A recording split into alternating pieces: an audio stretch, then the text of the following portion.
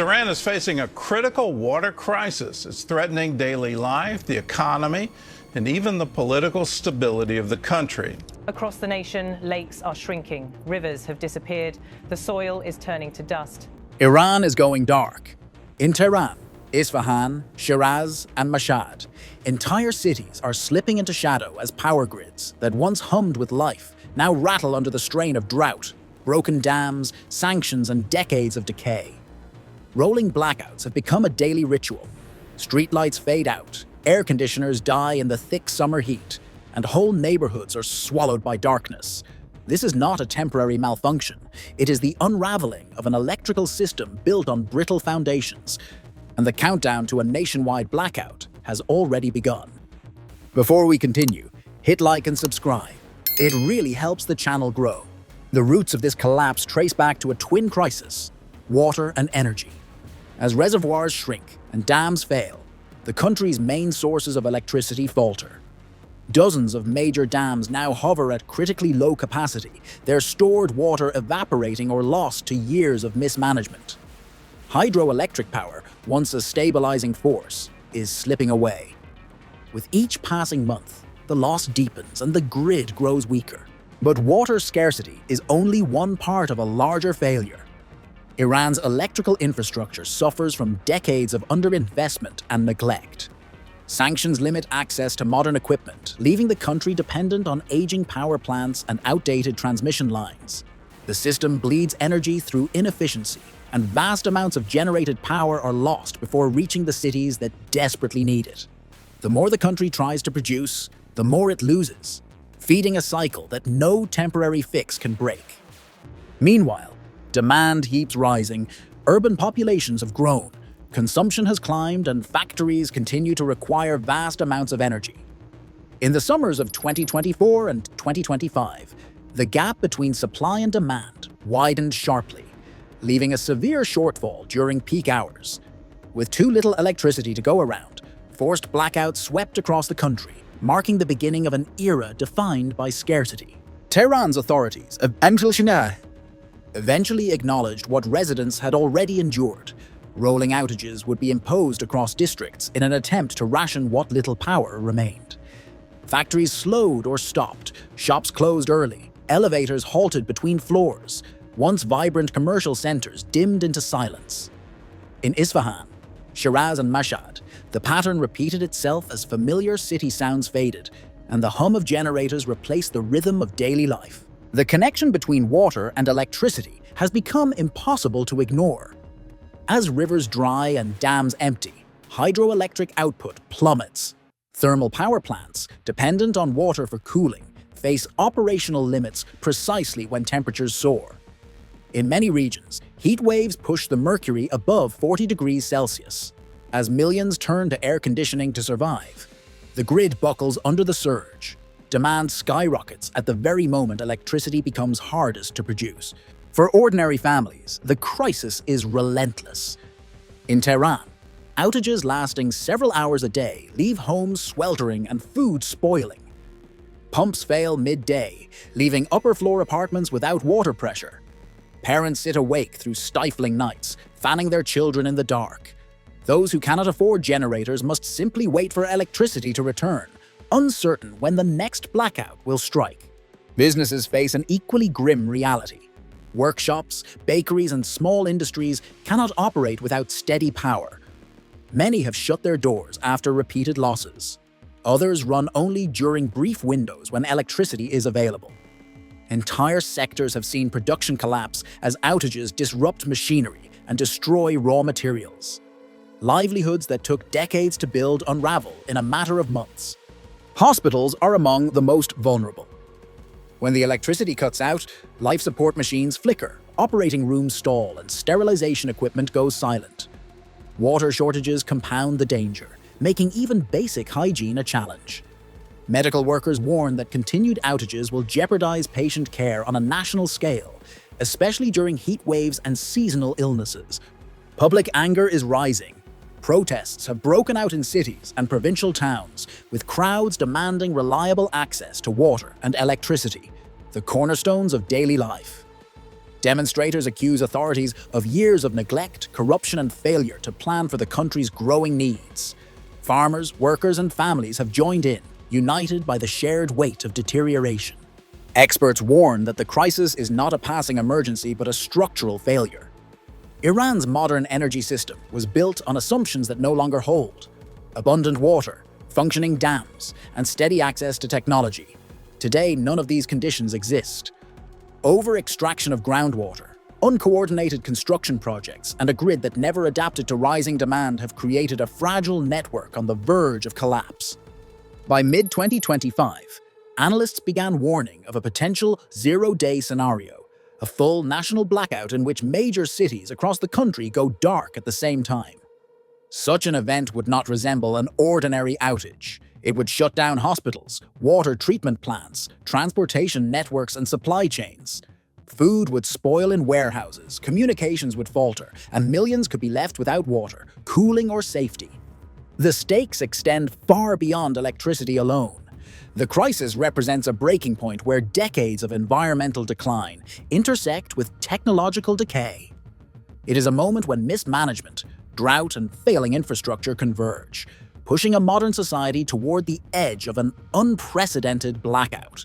Industries central to Iran's economy also find themselves at a breaking point. Steel plants, petrochemical facilities, and manufacturing hubs require continuous power to maintain safety and efficiency. When electricity cuts out unexpectedly, furnaces cool too rapidly, equipment becomes unstable, and assembly lines grind to a halt. Restarting these operations is expensive and dangerous. As shutdowns multiply, the economic foundations beneath cities begin to erode. The climate is also shifting faster than the grid can adapt. Extended droughts have reduced water flow into reservoirs that once powered hydroelectric stations. In some regions, lakes that fed turbines are now barren landscapes of cracked earth. Without water to generate electricity, entire segments of the grid must be rerouted or shut down. Meanwhile, extreme heat increases consumption to levels that the remaining power plants cannot meet. Every summer pushes the grid closer to the limits of survivability. In Isfahan, a city already battered by water shortages, the simultaneous collapse of electricity brings renewed anger. Residents long accustomed to the dry riverbed of the Zayandeh River now face nights where streetlights remain dark for hours. Businesses that once lined bustling districts close early, their owners unable to keep products refrigerated or machinery functioning. Markets that depended on steady electricity for lighting and ventilation now operate under dim lamps and sweltering conditions. In Mashhad, the strain is intensified by the city's size and constant influx of visitors. Hotels experience repeated blackouts, and transportation networks falter. Pilgrims who visit the city expect stability, but many now face unpredictable outages that interrupt travel, lodging, and essential services.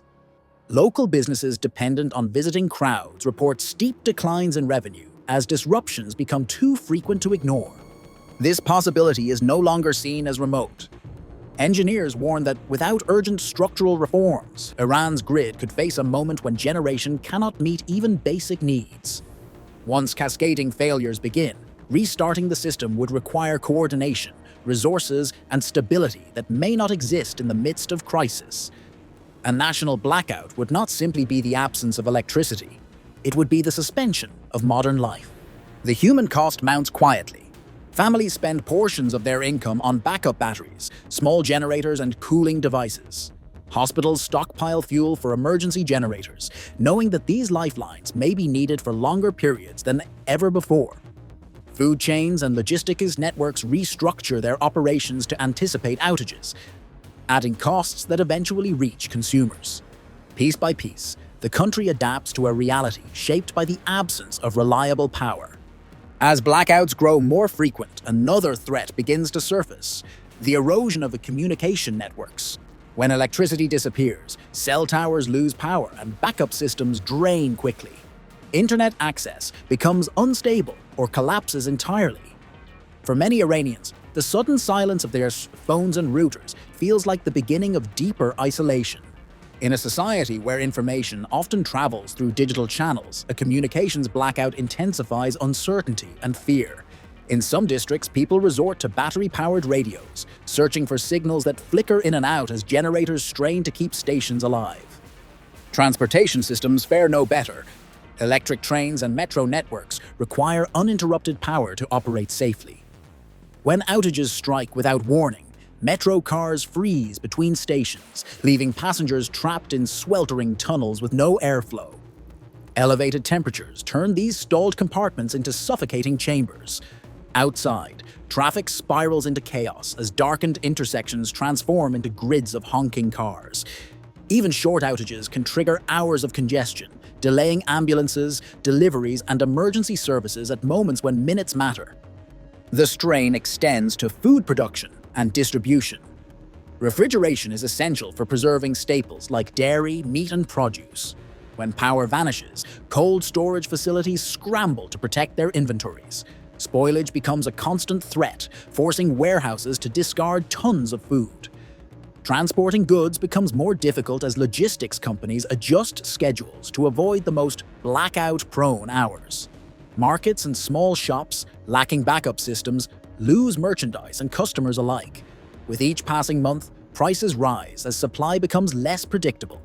Farmers, already battered by years of drought, now face the compounded pressure of unreliable power. Water pumps that once drew groundwater for irrigation falter when electricity drops. Crops wither, livestock suffer, and yields shrink dramatically. Some fields are abandoned altogether, unable to sustain agricultural activity without dependable power. For rural communities, this represents not only economic loss, but the erosion of a way of life passed down through generations. Urban water systems are pushed to the brink. Pumps that deliver water to high-rise apartments rely on consistent electricity. During extended outages, taps run dry even when there is water in the reservoirs. In many neighborhoods, families store water in buckets and plastic containers, expecting outages to return at any moment. In the hotter months, when showers, cooling systems, and basic sanitation require more water, the shortages strike hardest. Scenes of residents lining up with containers at public spigots or community wells have become common across multiple cities. In emergency rooms, doctors and nurses work under mounting pressure. Backup generators keep vital systems running, but fuel supplies are finite and maintenance is costly. When the grid fails repeatedly, generators operate far beyond their intended duty cycles, increasing the risk of malfunction. Medical teams perform procedures under unstable power, aware that a single technical failure could endanger patients. The psychological toll on healthcare workers grows as they navigate conditions more often associated with disaster zones than functioning cities. The crisis has also introduced new vulnerabilities to industrial safety. Refineries and petrochemical plants, heavily dependent on automated systems, require steady electricity to prevent hazardous conditions. Sudden outages can disrupt pressure controls, cooling systems, and protective mechanisms. Workers in these facilities face heightened risks, knowing that even brief lapses in power may trigger dangerous reactions.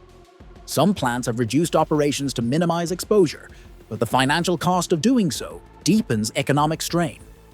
Amid the unfolding crisis, public sentiment reveals a widening divide between official reassurances and lived reality. Announcements of scheduled outages frequently fail to match actual blackout times, leaving residents unprepared for sudden darkness. In some areas, power cuts last far longer than promised, while in others, electricity disappears without prior notice.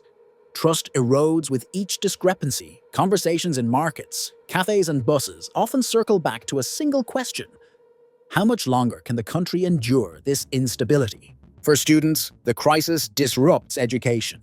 Schools struggle to conduct classes when electricity fails during lessons.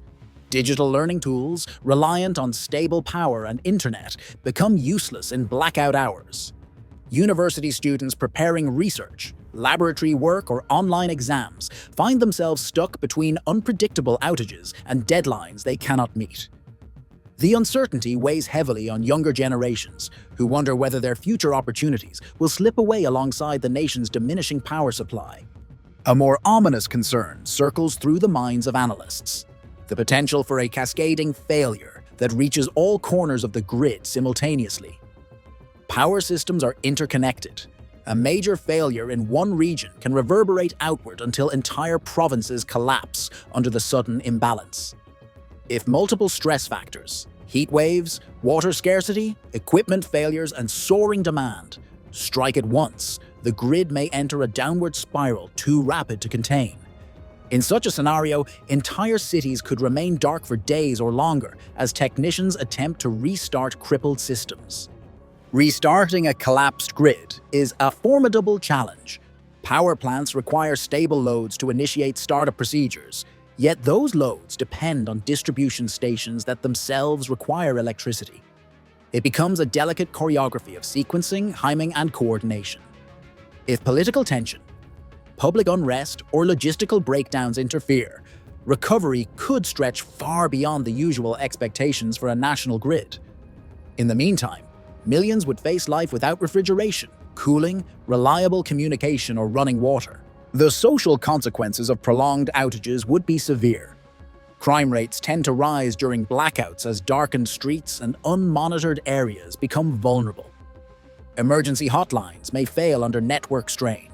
Vulnerable populations, the elderly, infants, and those with medical needs would bear the heaviest burden. Heat-related illnesses would spike. Food insecurity would deepen. In urban communities already strained by unemployment and inflation, the added stress of energy instability could intensify tensions. Across the country, whispers grow louder that the ongoing crisis represents a turning point. Some observers argue that Iran is reaching the limits of managing modern cities with a failing infrastructure. Others believe the crisis may force long overdue reforms in water management, energy planning, and industrial policy. But many fear that the system is too entrenched in old patterns to adapt quickly enough to avert disaster. The gap between what must be done and what can be done continues to widen. The looming question remains: what happens when the next heat wave arrives, or when rainfall falls below expectations, or when another vital turbine shuts down? Can the grid sustain another season of extreme stress, or will a single trigger tip the balance toward a full collapse? The uncertainty fuels anxiety in households and institutions alike, shaping decisions from daily routines to long-term planning. As the crisis deepens, attention shifts toward the country's aging power plants. Many of these facilities were built decades ago, during periods when demand was far lower and environmental pressures were far milder. Their turbines strain against rising requirements. Their control systems rely on outdated components, and their cooling systems depend on water sources that no longer exist in sufficient volume.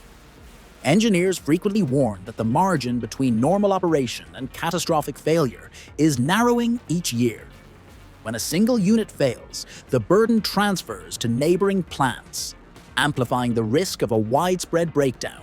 Some plants depend on fuel deliveries that are themselves threatened by the energy crisis. Transporting fuel requires reliable logistics, refrigeration for certain types of fuel additives, and functioning roads and depots. Blackouts interrupt these supply chains, creating further instability.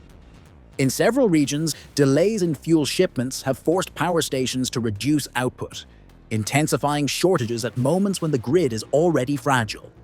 What once functioned as a steady supply system now operates in fits and starts, vulnerable to every disruption.